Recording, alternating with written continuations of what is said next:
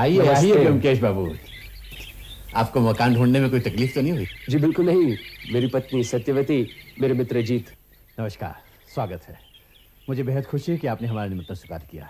मेरी बेटी रजनी। आइए बेटी, जरा ध्यान रखना। अब आपकी तबीयत कैसी है? जी अच्छी है। यहाँ के डॉक्टर घटक दवा दे रहे हैं। अच्छा अच्छा, लीजिए, वो रहे डॉक्टर घटक। आपसे तो आपका परिचय है ही है। आप हैं हमारे यहाँ के फोटोग्राफर नकुल सरकार और आपकी पत्नी। नमस्कार। आप ब्योमकेश बाबू और अजीत। ओह, आपका नाम तो बहुत सुना है। आज दर्शन भी हो गए। अच्छा हुआ। अरे मालती भाभी नहीं आई? बस आती ही होंगी। चौधरी जी कहाँ? यहीं पर तो है। तो मिसेस शोम हमेशा की तरह लेट लतीफ। ब्योमकेश से तो परिचय है ही आपका। इन्हीं के मकान में तो किराएदार हैं हम। लीजिए, उषानाथ बाबू वहां खड़े, चुपचाप आइए। मैंने जो किताब दी पढ़ी आपने? आप हैं हमारी सरकारी ट्रेजरी के चीफ अकाउंटेंट उषानाथ घोष और इनकी पत्नी। और आप हैं कलकत्ता के मशहूर जासूस ब्योमकेश बख्शी और आपके साथी अजीत बनर्जी। ये क्या कर रहा है? अरे चौधरी साहब, कहाँ हैं आप? आइए आइए। ब्योमकेश बख्शी से मिलने के लिए बड़े बेचैन थे ना आप? मिलिए। हो। ब्योमकेश बख्शी और आपके साथी अजीत बनर्जी। आप हैं हमारे यहाँ के बैंक मैनेजर मिस्टर अमर राहा। अच्छा, कीर्तिमान व्यक्ति से मिलने की किसकी इच्छा नहीं होती? चौधरी साहब, आप भी तो बड़े बेचैन थे ना? आइए आइए भाई, हम तो सोच रहे थे आप आ ही नहीं पाएंगे। आइए। हमारे यहाँ के डीएसपी मिस्टर पुरंदर पांडे। नमस्कार नमस्कार। आपको मिलने की कब से तमन्ना थी, लेकिन अफसोस आप हमारे यहाँ आए और हमारे पास कोई भी ऐसा पेचीदा रहस्य नहीं जो आपको पेश कर सके। यहाँ ये सब होता नहीं है। सब सीधे साधे लोग हैं। छोटी मोटी कोई चोरी ना होती हो ऐसी कोई बात नहीं, लेकिन आप लोगों के दिमाग अड़ाने योग्य यहाँ कुछ नहीं। अच्छा ही है, हम यहाँ हवा बदली के लिए आए हैं। आइए इस तरफ। आइए प्लीज। अभी अभी हमारे डीएसपी साहब ने बताया कि हमारे यहाँ पर पेचीदा रहस्यों का अत्यंत अकाल है। लेकिन जरा आप इस बात पर सोचकर देखिए कि ये बात कहाँ तक सच है, क्योंकि कल रात हमारे यहाँ एक चोर आया था। कुछ चोरी वोरी भी हुई है? नहीं। यहीं पर तो रहस्य और भी पेचीदा हो जाता है। कोई सामान चोरी नहीं हुआ सिवाय दीवार पर से एक फोटोग्राफ की, और एक खिड़की खुली हुई थी। फोटो कौन सी थी? एक ग्रुप फोटोग्राफ था। हम लोग तकरीबन 1 महीना पहले पिकनिक पर गए थे, वहीं पर नकुल बाबू ने खींची थी। कमाल है, चोरों को और कुछ नहीं मिला? आपके कमरे में तो काफी कीमती सामान मौजूद है। जी हाँ, चांदी के बहुत सारे फूलदान हैं, चांदी का डाइनिंग सेट है और भी बहुत सारा कीमती सामान है। लेकिन चोर सब सामान छोड़कर सिर्फ एक फोटोग्राफ लेकर गायब हो गया। कहिए, इसे आप जटिल समस्या कहेंगे या नहीं? आप इसे जटिल समस्या समझना चाहें तो समझें। मैं तो ये कहूंगा, किसी राहगीर ने खिड़की खुली देखकर सुनहरी फ्रेम के लालच में तस्वीर चुरा ली होगी। आपका क्या ख्याल है ब्योमकेश बाबू? शायद डीएसपी साहब ठीक ही कह रहे हैं। ये तस्वीर खींची किसने थी? नकुल बाबू ने। नकुल बाबू जरा इधर आइए। जी। नकुल बाबू, जो आपने हम लोगों की पिकनिक की तस्वीर खींची थी वो कल रात चोरी हो गई। चोरी हो गई? आपने कितनी कॉपियां बनाई? 3। एक चौधरी जी ने ली थी, एक उषानाथ बाबू ने ली थी और तीसरी प्रोफेसर शोम ने। जरा पूछिए कि उषानाथ बाबू और प्रोफेसर शोम के पास अपनी कॉपियां हैं। उषानाथ बाबू जी। वो जो पिकनिक वाली तस्वीर की कॉपी आपने ली थी वो आपके पास है? अपने एल्बम में रख दी थी, फिर कभी देखी नहीं होगी। सुना आपने? अरे प्रोफेसर सोम, आपके पास पिकनिक वाली तस्वीर की कॉपी है? वो शायद कह नहीं सकता। अरे नहीं है तो दूसरी कॉपी ले लीजिए। नकुल बाबू, एक कॉपी मुझे भी चाहिए, मैं भी उस ग्रुप में था। वो तस्वीर अब मिलना मुश्किल है अमर बाबू। क्यों? नेगेटिव पता नहीं कहाँ खो गया। अरे नेगेटिव कहाँ गए? दूसरे नेगेटिव्स के साथ में 2 दिन के लिए कलकत्ता चला गया था। वापस आया तो देखा वहाँ पे मिल ही नहीं रहा। अरे वहीं कहीं होगी, ढूंढ कर देखना। जी नमस्कार। नमस्ते। आपको परसों रुपए दिए थे ना, फिर क्यों आया? नहीं सर, मैं रुपये मांगने नहीं आया। आपकी एक तस्वीर बनाई थी मैंने, वो दिखाना चाहता हूँ। मेरी?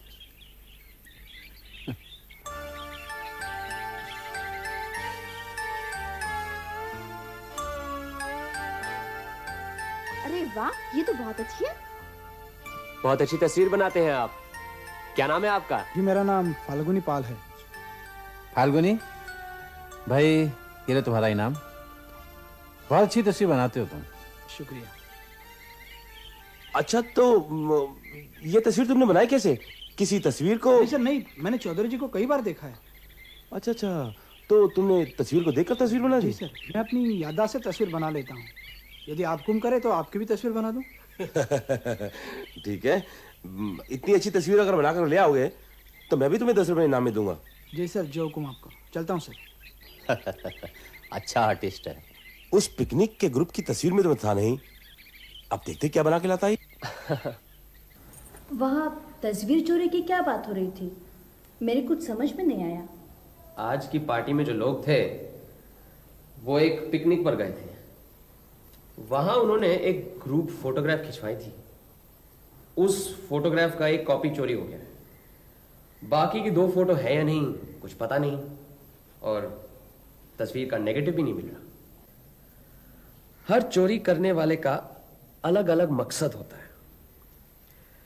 अब फाल्गुनी पाल को ही ले लो, एक बार किसी को देख लिया फिर उसके चित्र बनाने का दावा करता है। अब फोटो देखकर तस्वीर बनाना तो आसान होता है। फाल्गुनी पाल चोरी करके किसी का भी चित्र फटाफट बनाकर अच्छी खासी कमाई कर सकता है। और फोटोग्राफर नकुल खुद चोरी कर सकता है। अरे नकुल, नकुल का इसमें क्या मकसद हो सकता है? उसकी फोटो और बिकेगी। फाल्गुनी पाल, नकुल और कोई? उस तस्वीर के ग्रुप में ऐसा भी कोई हो सकता है जो कि अपना हुलिया हमेशा के लिए मिटा देना चाहता हो। मतलब कोई गुनहगार या... लगता है प्रोफेसर शो में, देखो। आइए बैठिए। आओ प्रोफेसर। कहिए, आज की पार्टी कैसी लगी? अच्छी लगी।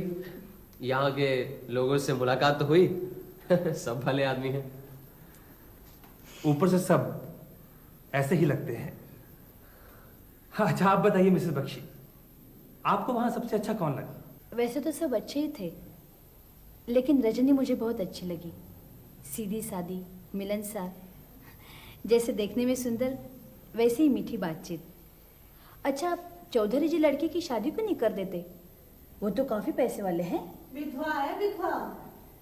विधवा से कौन शादी करेगा? आइए मालती भाभी। यकीन नहीं हो रहा है ना? पूछ लीजिए इनसे, इन्हें सब मालूम है। बेशर्मी की भी हद होती है। विधवा होकर सास सिंगार करती फिरती है। मतलब क्या है? क्या किसी को मालूम नहीं? किसी मर्द को फंसाने की तरकीब है। मैं जा रही हूं, तुम जल्दी आ जाना।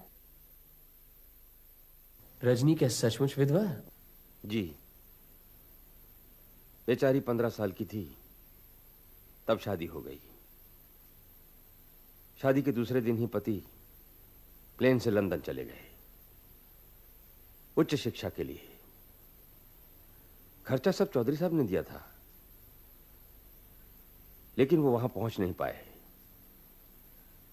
प्लेन दुर्घटना में उनकी मृत्यु हो गई। आप मेरी घरेलू जिंदगी से शायद वाकिफ नहीं है। मेरी जिंदगी भी चौधरी जी के जमाई जैसी है। अपने ससुर के पैसे से लंदन पढ़ने गया, वापस आकर एक कॉलेज में पढ़ाने का काम किया, लेकिन ज्यादा दिन टिक नहीं पाया। सब छोड़ छाड़ कर पिछले 7 सालों से यही पढ़ा हूं। यह मकान भी मेरे ससुर का है। बहुत कुछ बिला वजह कह गया, चलता हूं। अच्छा प्रोफेसर शोम, बुरा ना माने, एक सवाल पूछना चाहता हूं। वो पिकनिक की जो ग्रुप फोटोग्राफ आपने खरीदी थी वो कहां है? जी, वो तस्वीर मेरी पत्नी ने टुकड़े टुकड़े करके फाड़ दी थी। उस तस्वीर में मैं और रजनी पास पास खड़े थे।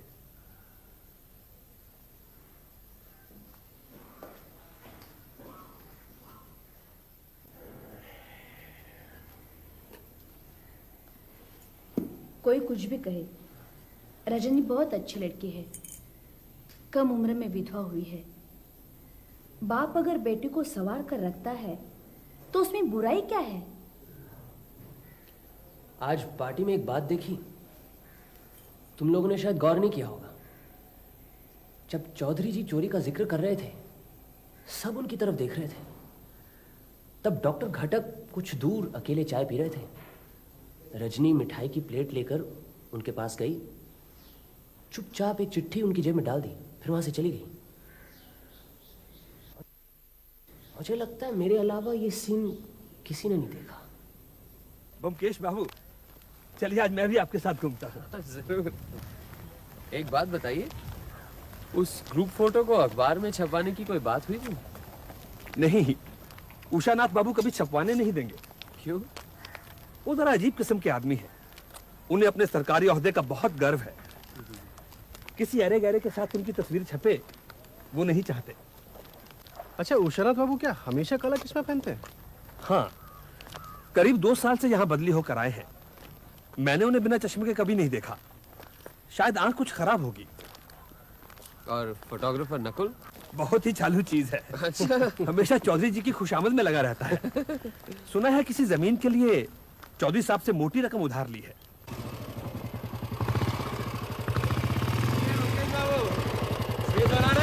बस यूं ही। फाल्गुनी पाल ने आपकी तस्वीर बनाई? अरे कमाल का आर्टिस्ट है, दूसरे ही दिन तस्वीर बना के ले आया, हूबहू मेरे जैसी। सचमुच बहुत गुणी आदमी है। 10 रुपए देने पड़े। रहता कहाँ है? अरे बस ये मत पूछो, इधर उधर रात कहीं भी काट लेता है। शराब, गांजा, चरस कुछ भी तो नहीं छोड़ता। चौधरी जी को दे आई, उन्होंने अपने बंगले के कोने में रहने का इंतजाम कर दिया। आप सुबह सुबह कहाँ चल दिए? अरे बस चौधरी जी के यहाँ जा रहा हूँ, सुना उनकी तबीयत खराब है। अच्छा, क्या हुआ? अरे होगा क्या, दमे के मरीज है। सोचता हूँ मैं भी मिलाऊं। तो फिर पीछे बैठो ना, लौटते वक्त आपको छोड़ दूंगा। अच्छा बमकेश बाबू। अच्छा, चौधरी जी से कहना मैं शाम को आऊंगा। हाँ मैं कह दूंगा। और अब मैं चलता हूँ। चलो अब हम भी चलते हैं। अच्छा तो अरे ब्योमकेश बाबू नमस्कार। नमस्कार। अरे आपको भनक कैसे पड़ी? किस बात की भनक? अरे भैया आप यहाँ टपक कैसे पड़े? घूमने निकले थे, सोचा उषानाथ बाबू से मिलते जाए। ये तो आपने बहुत अच्छा किया।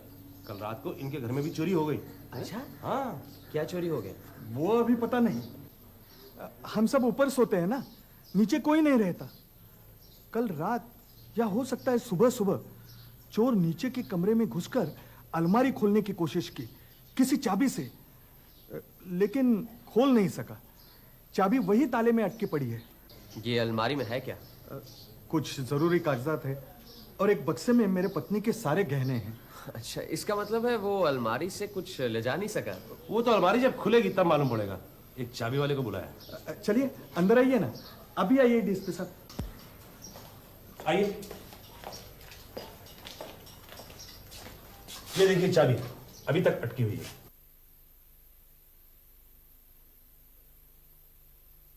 आइए इधर आइए। इस रेडियो पर एक चांदी की परी रखी थी, करीब 8 इंच लंबी। वो यहां से गायब है। और कुछ? जी नहीं, और कुछ नहीं। इतनी चीजों के रहते हुए चांदी की परी क्यों ले गया? क्या पता, ये बताना तो आपका काम है। अरे उषानाथ बाबू जी। अरे अंदर बुलाया है तो बैठने को नहीं कहोगे? अरे आइए, बैठिए ना, बैठिए। ऐसा नहीं हो सकता कि आपका लड़का या आपकी पत्नी परी को ऊपर ले गया? जी नहीं।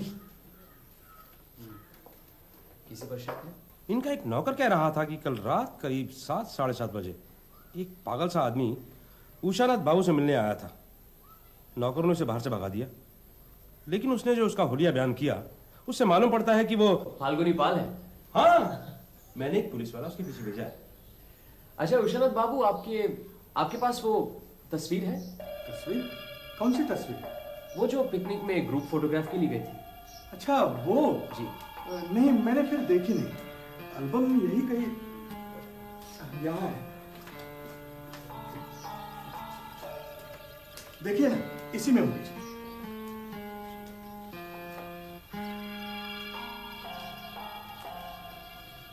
इसमें तो सिंगल या 2 जनों की तस्वीरें नजर आती हैं।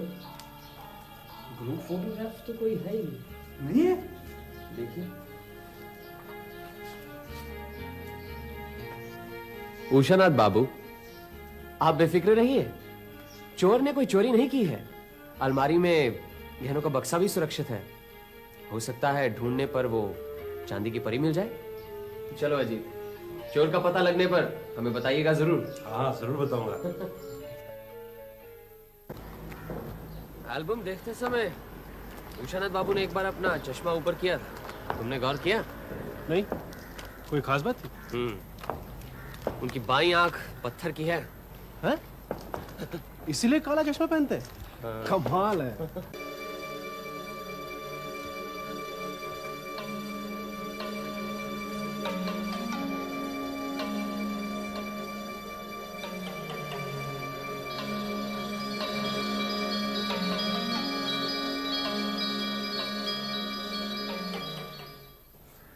आप लोग पुलिस का आदमी है ना, मेरे घर की तलाशी लेना चाहते हैं? लीजिए, पूरी तसल्ली के साथ तलाशी लीजिए, लेकिन कुछ मिलेगा नहीं आप लोग को।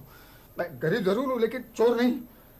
हम आपके घर की तलाशी नहीं लेना चाहते और न ही हम पुलिस हैं। मैं सिर्फ ये जानना चाहता हूँ कि कल रात आप उषानाथ बाबू के घर क्यों गए थे? उनकी तस्वीर बनाई थी मैंने, वही दिखाने गया था, लेकिन उनके नौकर ने मुझे मिलने नहीं दिया, भगा दिया मुझे। ठीक है, कोई बात नहीं, लेकिन मैंने ऐसा क्या किया कि पुलिस मेरे पीछे पड़ी हुई? ये तो बहुत गलत बात है। ठीक है, मैं पुलिस से कह दूंगा कि आइंदा आपको तंग न किया करें। धन्यवाद। तस्वीर तस्वीर, अरे मैं क्या करूंगा तस्वीर का? मुझे तस्वीर नहीं चाहिए। आहिस्ता बोलो, कोई सुन लेगा। देखो, मुझे तुम्हारी जरूरत है, तुम्हारी तस्वीर की नहीं। दूध के बगैर कोई पानी पी करके रह सकता है? मुझे भी क्या तुम्हारे बगैर अच्छा लगता है, लेकिन क्या करूं, कोई रास्ता भी तो नहीं है। रास्ता है, मैं बताता हूँ। लेकिन पिताजी। तुम अब नाबालिग नहीं हो रजनी, तुम्हारे पिताजी अब तुम्हें नहीं रोक सकते। वो तो ठीक है, लेकिन प्लीज अश्विनी, पिताजी की तबीयत ठीक नहीं है, उनकी तबीयत ठीक हो जाने दो, उसके बाद फिर। नहीं नहीं नहीं नहीं, तुम्हें आज ही बताना पड़ेगा कि तुम्हारा फैसला क्या है। अब मैं तुम्हारे बिना जिंदा नहीं रह सकता। और देखो, कलकत्ता पहुंचकर तो पिताजी को पता चल ही जाएगा। ठीक है, बताती हूँ। नहीं, इस वक्त नहीं, लगता है घर में कोई आया है और मेरा घर में रहना बहुत जरूरी है। तुम ऐसा करो, तुम रात को 10 बजे यहीं आ जाना, मैं यहीं मिलूंगी, फिर तब आराम से बात करेंगे। ठीक है, मैं जाती हूँ। सुनो तो,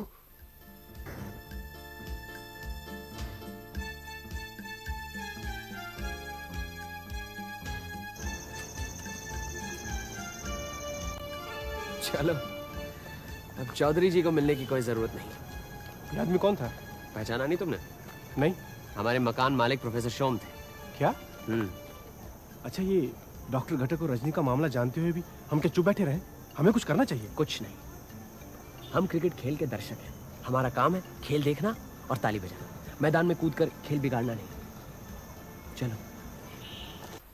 ऊपर मरीज का क्या हाल है? क्या बात है, चुप क्यों हो गई? मालती देवी को देखने नहीं गई थी क्या? कुछ बताओ तो सही, चुप क्यों बैठी हो? गई थी बस।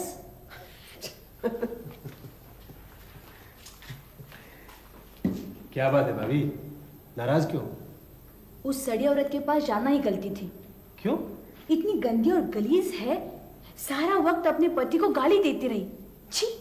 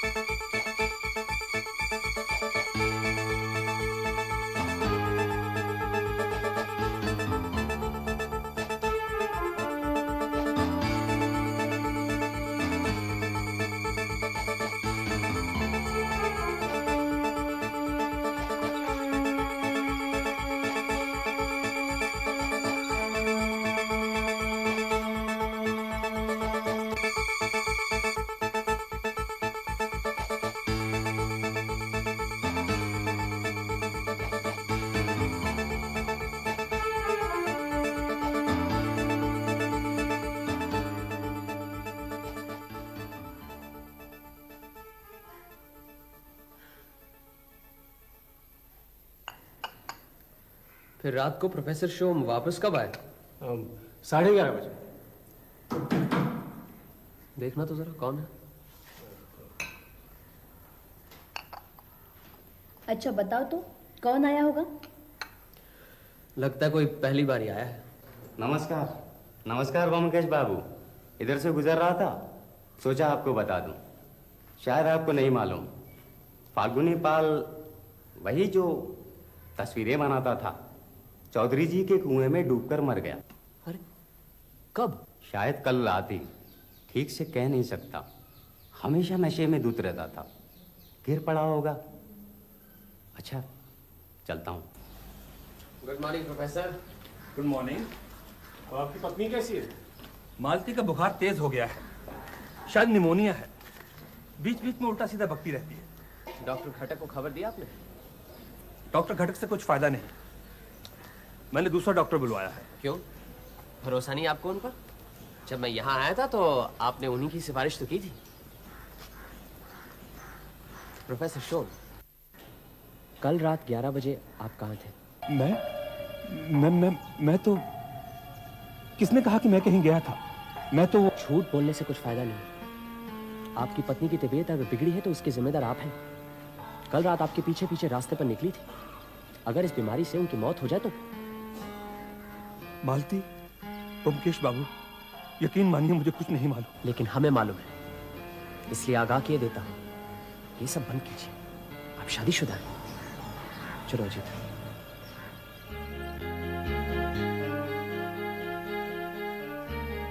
देखिए, आपकी लड़की को टाइफाइड हुआ है, उसे ठीक होने में थोड़ा वक्त लगेगा। मैं आजकल प्रति लंबी म्याद के केस नहीं ले रहा हूँ। आप डॉक्टर शिंदर को दिखाइए ना, वो अच्छी डॉक्टर है, उन्हें दिखाइए। आइए आइए आइए। जब मरीज खुद डॉक्टर के पास चला है तो समझ लेना चाहिए कि मरीज का हाल अच्छा है। और बताइए। बस बैंक जा रहा था, आपकी डिस्पेंसरी रास्ते में पड़ती है, सोचा मिलते जाए। So nice of you. आप कलकत्ते कब जा रहे हैं?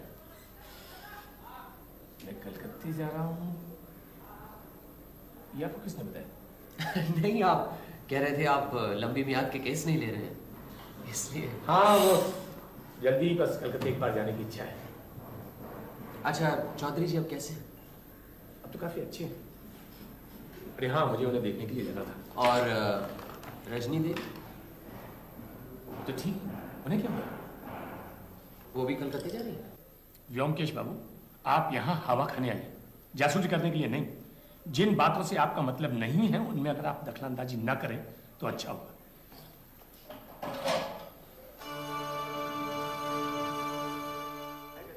आइए आइए ब्योमकेश बाबू, आइए बैठिए।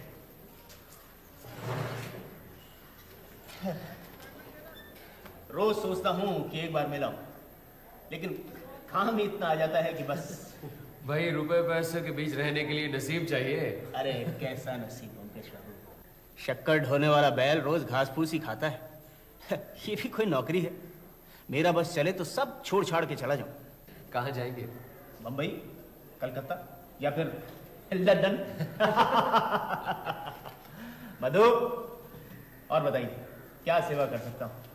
बस ये पैसे दिलवा दीजिए। हाँ हाँ जरूर।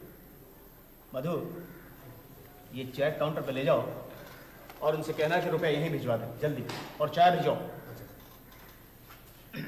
फाल्गुनी पाल मर गया है, सुना होगा। क्या? वो आर्टिस्ट मर गया? जी, सुना खुदकुशी कर ली। बेचारा बहुत तकलीफ में था, कल ही आया था मेरे पास। कल? कब?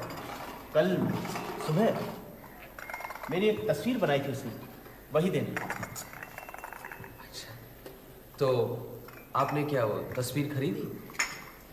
20 रुपए दिए थे मैंने। अब आर्टिस्ट की कद्र करनी चाहिए ना। बिल्कुल जी, जरूर दीजिए आपके। ये लीजिए आपके रुपए।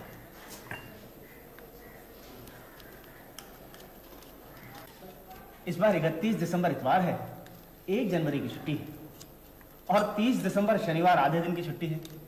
तो मैं सोचता हूँ मैं भी 30 दिसंबर को कलकत्ता जाऊँ, 2.5 दिन की छुट्टी है। बहुत बहुत धन्यवाद। अच्छा अमर बाबू। अच्छा अरे ओमकेश बाबू, आपकी बात बिल्कुल सच निकली। अच्छा, अलमारी में से कुछ भी चोरी नहीं गया, और तो और चांदी की परी भी मिल गई। पर वो ग्रुप फोटोग्राफ नहीं मिला, यही ना? हाँ, बिल्कुल ठीक है। बैठिए। शुक्रिया। अच्छा, वो चांदी की परी कहाँ मिली? चौधरी के कुएं में। फाल्गुनी की लाश निकालने के बाद वो कुएं में ही मिली। और कुछ? और क्या मिलेगा? कुछ नहीं। पोस्टमार्टम की रिपोर्ट आ गई? हाँ, पोस्टमार्टम की रिपोर्ट से साफ जाहिर है कि उसकी मौत कुएं में गिरने से नहीं, बल्कि मौत के बाद उसकी लाश को उठाकर कुएं में फेंक दिया गया था। मतलब कल रात किसी ने उसकी हत्या की है और फिर उसे उठाकर कुएं में फेंक दिया। उसने खुदकुशी नहीं की? नहीं, बिल्कुल नहीं। नहीं, लेकिन फाल्गुनी जैसे बेकार आदमी को मारकर किसी को क्या फायदा हो सकता है? कुछ तो फायदा होगा, वरना कोई उसका खून क्यों करने लगा? अच्छा, वो चांदी की परी कुएं में कैसे पहुंची? भाई, हो सकता है फाल्गुनी चोर हो, यू नो। उसके शरीर पर किसी जख्म या चोट के निशान पाए गए थे? नहीं, लेकिन उसकी पेट में भारी मात्रा में अफीम मिली है। शराब के साथ अफीम मिलाई गई थी। समझा। देखिए डीएसपी साहब, फाल्गुनी की मौत कैसे हुई ये कोई बड़ी बात नहीं है, लेकिन क्यों हुई इसका हमें पता लगाना है।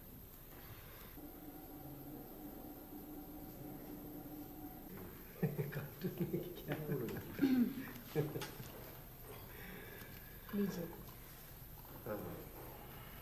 तुम्हारे तस्वीर चोर का क्या हुआ?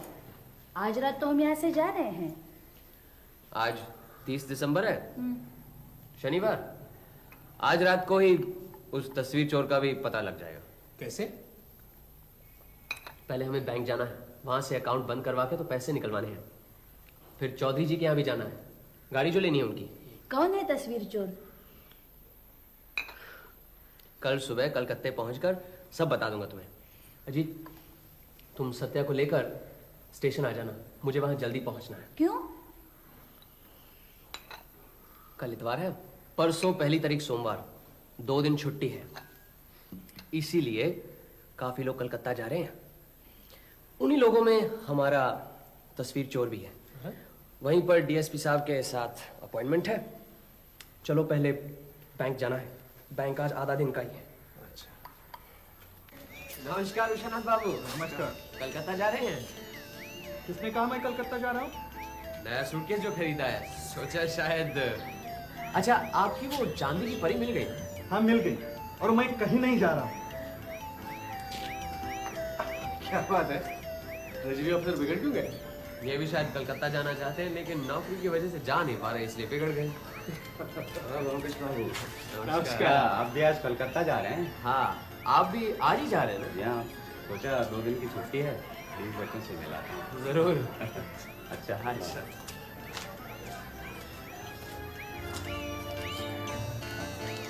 वो देखो, डॉक्टर खटक भी शायद रुपए निकाल रहे हैं।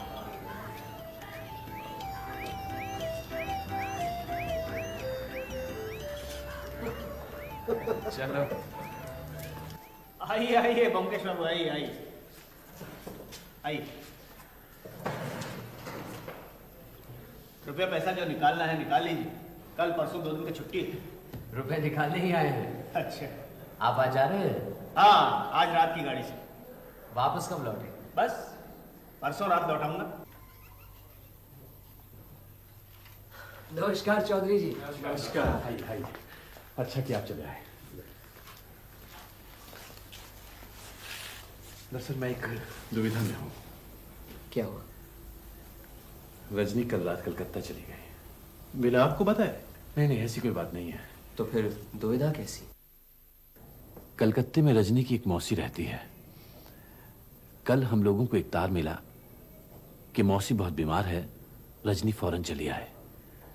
तो रजनी कल रात को ही कलकत्ता चली गई। लेकिन अभी अभी मुझे ये 2 चिट्ठियां मिली, जिनमें से एक रजनी की मौसी की चिट्ठी है, खुद उनके हाथ की लिखी हुई। बिल्कुल मामूली चिट्ठी है, जैसे अक्सर आती है। इसमें बीमारी का कोई जिक्र नहीं है। और ये एक दूसरी चिट्ठी मिली है, बिल्कुल बेनामी। लगता है यहीं से किसी ने लिखी है। लिखा है कि आपके अनजाने में एक ऊपर से शरीफ लगने वाला बदमाश आपकी लड़की से प्रेम का नाटक कर रहा है। वो दोनों अगर यहां से भाग गए तो आपकी जो अच्छी खासी बदनामी होगी वो आप समझ सकते हैं। मैं आपको आगाह किए देता हूं, डॉक्टर घटक एक विश्वासघाती आदमी है, उस पर भरोसा मत कीजिए। ये तो पता नहीं किसने लिखी है, लेकिन अगर ये बात सच है तो। डॉक्टर घटक को तो आप जानते हैं, आपको क्या लगता है वो ऐसा काम करेगा?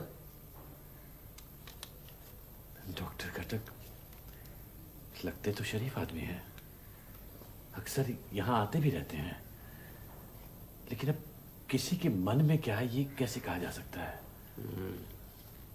वैसे आजकल डॉक्टर यही हैं? हाँ है, आज सुबह ही तो उन्हें देखा।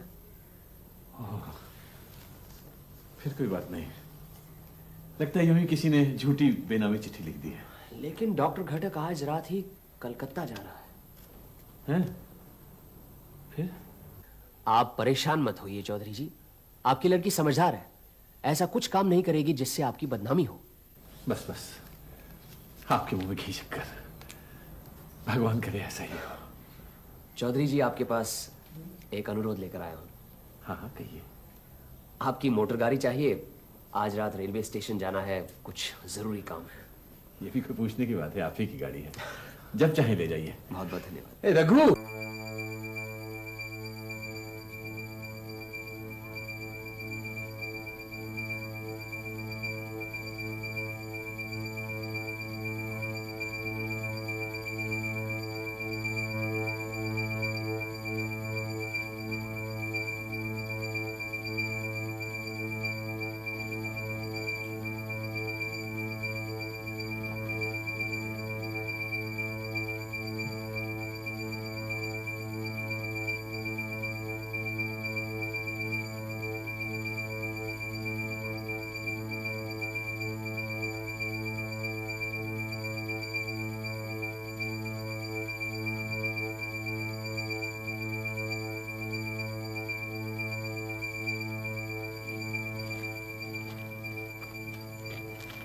टाइम हो चुका है, गाड़ी बस आती होगी।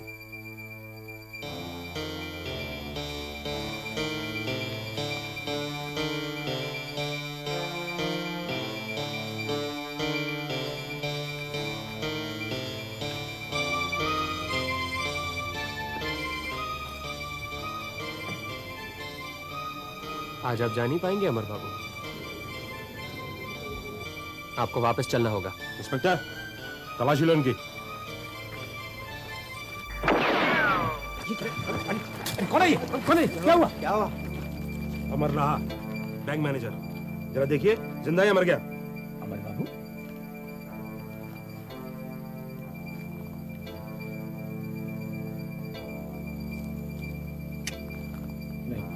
अमर बाबू मर गए? क्या हुआ? इनकी दाढ़ी कहाँ गई? Inspector, yes sir. कांस्टेबल बुलाओ। सिपाही, ये तस्वीर बैंक मैनेजर अमर बाबू के सूटकेस में से मिली थी, डीएसपी साहब ने मुझे दी है, प्रेजेंट। इस तस्वीर की चोरी हुई थी क्योंकि इसमें एक ऐसा व्यक्ति है जो अपने आप को लोगों की नजरों से दूर रखना चाहता है ताकि अपराध के बाद कोई उसे पहचान न सके। अब सवाल यह था कि चोरी कौन कर सकता है। अब इस तस्वीर के लोगों को एक एक करके पकड़ते हैं, औरतों और बच्चों को छोड़ देते हैं क्योंकि उनका इसमें कोई काम नहीं है। पहले आते हैं चौधरी जी। चौधरी जी प्रतिष्ठित और रईस आदमी हैं, उम्र हो चुकी है, रुपए पैसे की कोई कमी नहीं है, और फिर शहर में उन्हें हर कोई जानता है, इसलिए वो ये तस्वीर क्यों गायब करने लगे। फिर आते हैं डॉक्टर घटक पर। डॉक्टर घटक पढ़े लिखे आदमी हैं, वो रजनी को प्यार करते हैं, इसलिए उसे भगाकर ले भी गए तो कानून की नजरों में ये कोई जुर्म नहीं है क्योंकि वो बालिग है, इसीलिए वो क्यों ये तस्वीर चुराने लगे। फिर आते हैं हमारे प्रोफेसर शोम। हाँ, इनकी तस्वीरें तो चारों तरफ लगी हुई हैं, घर में, कॉलेज में, नकुल फोटोग्राफर के स्टूडियो में भला ये एक तस्वीर क्यों चुराने लगे? अब रह गए ये दो, उषानाथ बाबू ट्रेजरी ऑफिसर और बैंक मैनेजर अमर राहा। भाग जाने पर इन दोनों का ही फायदा है और इनके अख्तियार में तो दूसरों के लाखों रुपए हैं। पहले लेते हैं उषानाथ बाबू को। ये हमेशा काला चश्मा पहनते हैं और चश्मा खोलने पर यह पता लगता है कि उनकी एक आंख पत्थर की है, इसलिए उनका छुपा रहना मुश्किल है। फिर बीवी है, एक बच्चा है, सरकारी नौकरी पर भी गर्व है उन्हें, वो ये काम नहीं कर सकते। अब रह जाते हैं अमर राहा। अमर बाबू की शादी नहीं हुई थी, तनख्वाह अच्छी ही थी, लेकिन उन्हें अमीर बनने का बहुत मोह था। हमेशा टिप टॉप रहते, सपने देखते थे कलकत्ता, बंबई, लंदन का। लगता है कि काफी दिनों से प्लान बना रहे थे। जब अपने मंसूबे को काम में लाने का वक्त आया, तब कुछ अप्रत्याशित रुकावटें खड़ी हो गई। सबके साथ पिकनिक में फोटो खिंचवानी पड़ी। न खिंचवाते तो लोगों को शक हो जाता, इसीलिए खिंचवाई। सोचा था बाद में उड़ा लेंगे। फिर एक दिन अमर बाबू ने चौधरी जी के यहां से तस्वीर चुराई। अगले दिन पार्टी में उन्हें ऐसा लगा कि सिर्फ तस्वीर चुराने से उन्होंने कोई अक्लमंदी की बात नहीं की है, इसलिए उन्होंने तस्वीर के साथ साथ एक चांदी की मूर्ति भी चुराई और वहां अलमारी में एक चाबी रख दी। फिर फाल्गुनी पहल के वहां आ जाने से उनके सब के किराए पर पानी फिर गया, क्योंकि फाल्गुनी के वहां होते तस्वीर चुराने से क्या फायदा? उसे तो अपनी याददाश्त से हुबहू शक्ल बनाना आता है ना। लेकिन चोरी छुपे प्रेम करने की तरह गैर कानूनी काम करने से एक तीव्र आकर्षण होता है। अमर बाबू इतना आगे बढ़ चुका था कि अब वो पीछे नहीं हटना चाहता था। उसने ठान ली कि बस अब फाल्गुनी को रास्ते से हटाना है। उस रात शराब में काफी अफीम डालकर वो उसकी झोपड़ी में गया, उसे नशे से बेहोश किया और फिर उसे जाकर कुएं में फेंक दिया। साथ में वो चांदी की मूर्ति भी डाल दी ताकि चोरी का सारा इल्जाम फाल्गुनी पर रहे।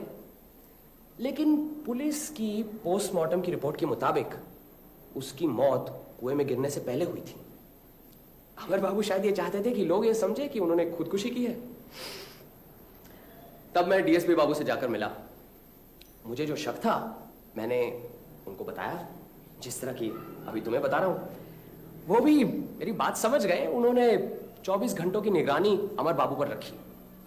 हम उसे रंगे हाथ पकड़ना चाहते थे। प्लान ये था कि रेलवे प्लेटफॉर्म पर वो माल समेत पकड़ा जाए, लेकिन मुझसे एक बड़ी गलती हो गई। क्या?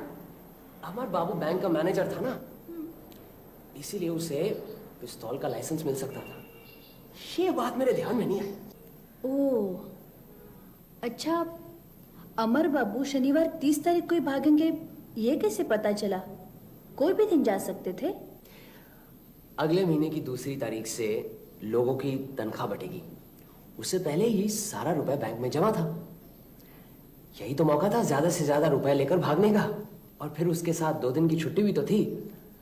बहुत से लोग कलकत्ता जा रहे थे, वो भी अगर जाए तो कोई शक नहीं करेगा। अच्छा, चौधरी बाबू को बेनामी चिट्ठी किसने लिखी, इसका पता नहीं लगा। हमारे प्रोफेसर शोम ने। क्या करे बेचारा, अपनी औरत से बहुत परेशान था, इसीलिए तो रजनी की ओर आकर्षित हुआ और वहां डॉक्टर घटक के सामने बिल्कुल टिक नहीं पाया। इसीलिए चौधरी जी को उसने ये बेनामी चिट्ठी दी। और कुछ नहीं, बहुत हो चुका। चले। अरे सत्या, तुमने असली बात तो मुझसे पूछी नहीं। क्या? रजनी के बारे में। अरे हाँ, क्या हुआ उसका? उसने कलकत्ते जाकर डॉक्टर घटक से रजिस्ट्री शादी कर ली। अच्छा।